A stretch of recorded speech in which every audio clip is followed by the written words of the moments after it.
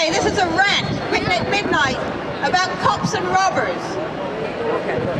In the run-up to Paris, have you ever wondered what the cops are? It stands for Conference of the Parties. The parties charged with preventing the disasters of climate change becoming an apocalypse. And who are these parties?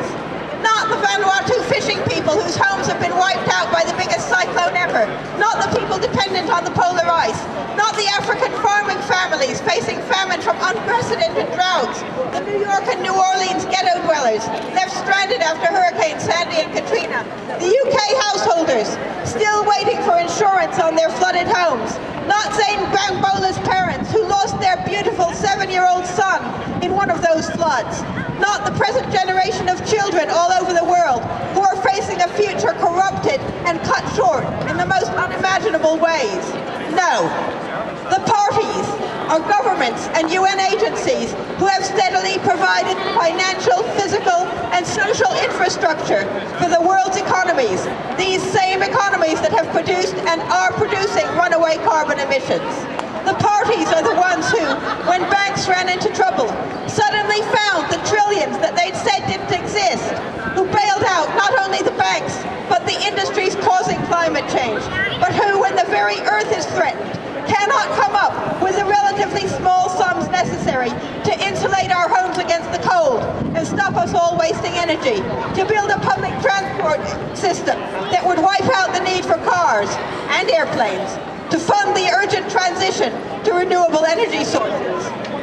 The parties are the stakeholders in climate change, and the conferences carve up the world's resources and find new instruments, financial instruments, to maintain business as normal while giving it a brand new polish and shine. And the parties are the states that maintain and wield the police and military forces, which are always around the corner for whenever people rise up against climate change, against fracking, oil, and other pollution disasters, nuclear radiation, or against hunger and wars.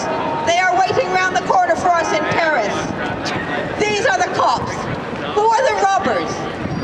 The robbers are the multinational companies whose amassed wealth comes from their investment in fossil fuels, in oil, gas, and coal. The companies so powerful that wars are fought and millions of lives are sacrificed for their, quote, interests.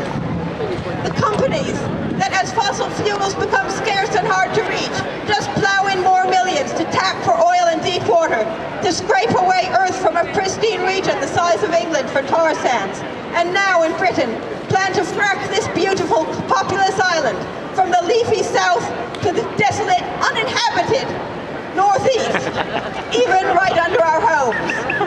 The companies, which, all in it together, fix the prices for the fuel we need to heat these homes at a level which leaves around 10,000 to die each year from fuel poverty, 15,000 last winter, and charge you even more through a prepayment meter if you then get into debt. The industry that, according to figures from the IMF, benefits from worldwide subsidies of $10 million every minute. $10 million every minute. And the robbers are the private and social landlords that soak up people's wages and benefits for their exorbitant rents while refusing to even draft-proof houses or repair inefficient boilers.